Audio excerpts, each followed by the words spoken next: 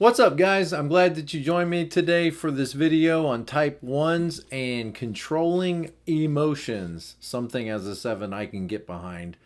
Maybe it's not always the right thing, but sometimes we do it. Okay, so we're going to talk about that, and I always say in the description below is a link to my website, tomlahue.com, where you can book coaching appointments if you're feeling stuck or you're wanting to know how you can implement more of this kind of thing into your life.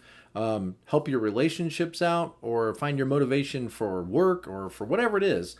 Any way I can help, I want to help. Okay, so there's a link to that, and also on my website are educational training programs, certificate programs. If you want to be an Enneagram coach, or you're interested in just learning more in a classroom setting, we do that on Zoom, and maybe some new things are coming pretty soon. We'll see. Keep you posted. And thanks to my patrons, I really appreciate your support as well. Okay, so let's jump into this topic today. We're going to be pulling information from Beatrice Chestnut's new book, The Enneagram Guide to Waking Up. I've got this book. I've read it all the way through, and you can see, like, when I read it, I really read it, okay? And I've even got it on Audible, and I take the dog for a walk, and I listen to it and think about it and reflect on it. And let's talk about type 1's controlling emotions. Let's just dive in and see what happens, what kind of discussion we have out of this, okay? Controlling emotions. When you do somehow allow yourself to express your feelings and instinctual reactions, you likely do so with a lot of self-criticism and self-blame. Okay, well, the obvious one would be anger, right? So if you do blow up, if the pressure cooker, the volcano erupts, and finally you kind of let it out, you don't want to be angry. You don't want to look angry. You want to control that anger. But what about when you don't? What about, I mean, you probably still are controlling it, but what about when it comes out and you said it out loud and you can't take it back and you made that angry face and everybody's now hurt and offended and scared? What do you do now? Well, there's probably a big part of you that wants to control that, like not let that out. And it's going to look like frustration or irritation. As a 7, I know what it's like to control emotions, like to not want to go there. Maybe I do it differently, but I know, like, I don't want to dial up those emotional feelings and those emotional responses. Now, I love happiness. I love laughter. But the sadness or the grieving, I had both parents die last year and my father-in-law, and that's tough. That's tough for anybody. I know I don't want to dial up that emotional intensity or those painful, difficult emotions. But, I think as a 1, you remember you have a line to 4, right? And who cares more about being in tune with their emotional state than type 4s? And you have this line there that reminds you that you need to seek authentic emotional responses. And, okay, well, let's see what else she says. A lot of self-criticism and self-blame. Maybe you feel critical of yourself for letting yourself say out loud what you said, or display that anger or that intensity or that frustration out loud. Like, I shouldn't have done that. I should have controlled that. I should have been more in control of myself. I'm disappointed with myself.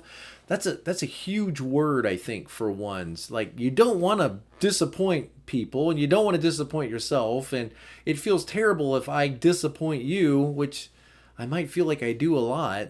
I don't want to. I don't want to feel like I disappoint you. But you might be very disappointed in yourself if you let your emotional side be seen by others.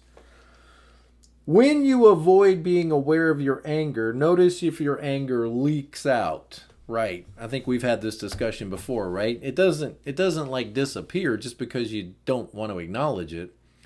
Just because you don't want to demonstrate it or display it doesn't make it go away. I mean, for anger, I think you have to, like, observe it. You have to recognize it. You have to say it's there. You have to see it for what it is. Anytime you start to feel incongruent with yourself, when somebody's trying to block what you're going for in life, they're standing in the way of it, they're hindering your progress, or they're manipulating you in some way and you feel yourself being pushed sideways, you're going to feel that intensity. And I think ones identify it. It is what it is. It's anger. Nines have a really hard time identifying it. You have to wake them up to their anger. Eights, that's a totally different story. But you can't let go of anger that you don't recognize, that you don't own. You have to own it and say, yeah, I'm angry. I really am. I'm angry. I'm frustrated, or I'm ticked off, or whatever word you want to use. And you can't really release it unless you acknowledge it. It's like forgiveness. You can't really forgive somebody if you're in denial about what they did to you. You have to say it out loud. This person wronged me. They stabbed me in my back. I trusted them and they wronged me, and I'm not going to pretend it didn't happen. It did happen, but I'm going to choose to forgive them. I'm going to choose to let it go. Because if you don't forgive people, you're basically deciding, I'm going to let my head explode. I'm going to let the relationship go down in a burning heap of ashes and destruction. So I'm going to forgive them, not because they deserve it or not because I want to, but I'm going to forgive them because I've got to. I have to, because I can't live with this tension all the time. I can't live with this. I don't want to think about them anymore. I don't want to think about them anymore. So I'm going to let it go. I'm going to decide to let it go. But if you don't acknowledge your anger, how could you ever hope to let it go? How could you ever hope to release it if I'm not angry? I'm not angry. Somebody says, are you okay? Yes, I'm fine. You're fine. Yes, are you angry? No, I'm just trying to get this right. I'm just trying to get this right. Well, you look angry. And notice you have to accept it. And part of this is accepting yourself. But it's hard to accept yourself if you're flawed. But the Enneagram really shows us that we are flawed people. We're broken people in a broken world trying to get from one side to the other. And this personality says, I'll help you. Let me be your guide. I'll show you a better way. And a lot of the times your personality works great for you. I mean, it opens doors for you. It makes you a responsible person. It makes you the manager. People look up to you. They respect you. But 20% of the time or 30% of the time, your same personality that's working for you kind of gets you into trouble. Gets you into trouble in your relationships. It gets you into trouble with other people. It kind of ruins your life sometimes. I mean, if you think about all your goals you have in life, your goal would never be to be yelling at people or be upset with people or be angry with people or to be frustrated all the time. That would never be your goal. You would never set that as a goal or an intention. And yet, it's easy to descend into that. It's easy to descend into that perfection. I think the big thing with perfection is not that perfection is bad. It's just unattainable. It's not attainable. You're not going to reach perfection. It's not perfect to think there is perfection in this life. You're not going to find perfection. Maybe accepting life as it is the perfect way to live. I mean, work to make it better. Absolutely. If you can make something better, we should work to make it better. We should want to make it better. We should aspire to make it better. But when you can't, at some point you have to just resign yourself to this is what it is. This is what it is. And I need to learn to accept it as it is. And that can be a difficult thing to do for all of us. All right, so where were we? Anger leaks out as repressed feelings like irritation, frustration, annoyance, self-righteousness, and body tension. So, if I don't acknowledge my anger, say it out loud. I don't have to say it in front of everybody, but say it out loud and decide to let it go. It's going to be expressed in other ways. I think that's the point she's making is your anger, your frustration, your irritation, it's going to be expressed in other ways, and probably not as productive ways. Ways that are more, what's the opposite of productive? Destructive. In more destructive ways. Destructive to you, to your health, to your relationships. Yeah. When you find yourself judging your emotions as unproductive and inappropriate, unproductive, there's no point in feeling sorry for yourself. There's no point in just stewing on things. There's no point in going back and, And I can hear that one energy saying all those things. There's no point in having a pity party. We need to just buck up and just judging your emotions as unproductive and inappropriate. If you know anything about fours, do you think fours judge their emotions as inappropriate and unproductive? Now, they can be. They really can be sometimes. And fours can get trapped in that cycle of emotional dissidence or resonance or whatever the INTS word is I'm looking for. But notice even like your own emotions, your tendency is to be like critical of them. Like, I don't have time for this. I don't have time to sit and think about this. I don't have time to dwell on this. I don't have time for this. Maybe it would be good for you and I both to take some time to really process our emotions and really let ourselves feel whatever we need to feel. Why is that a bad thing? Maybe that's exactly what we need to be doing right now, is like pausing and thinking about and reflecting on and allowing ourselves to feel stuff that we don't want to feel, and to just feel the imperfections of the world around us and embrace the imperfections. Okay. Where are we?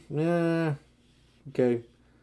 If you judge your emotions as unproductive and inappropriate, see if you tend to rationalize the tendency to suppress them, to over-control your feelings.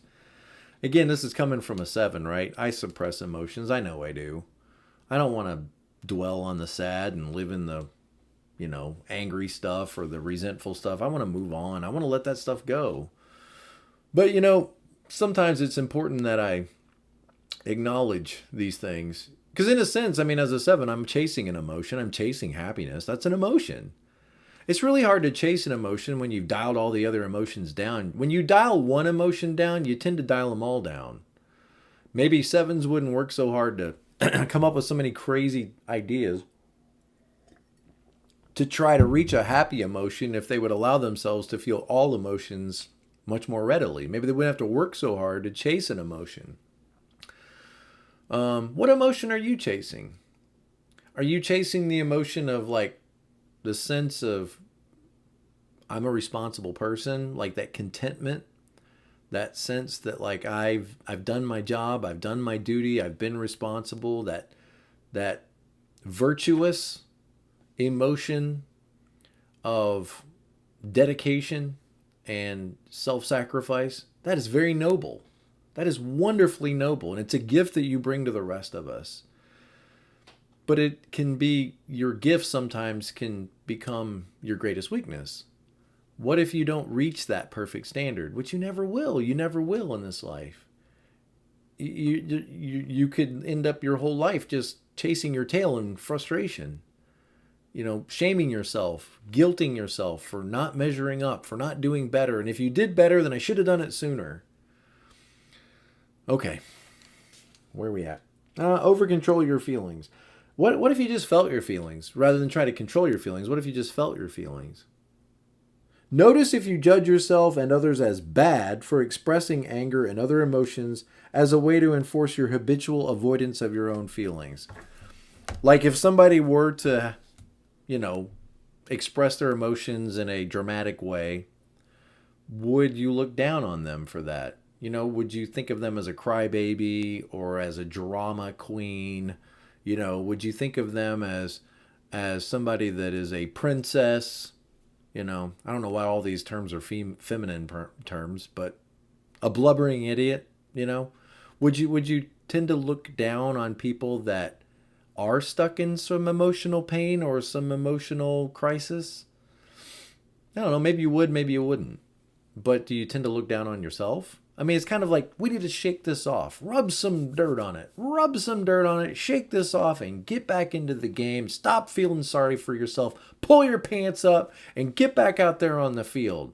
Crying about it's never going to win a game. And there's a balance here, right? Because I think that is good counsel at certain times, but maybe other times crying about it's exactly what we need to do.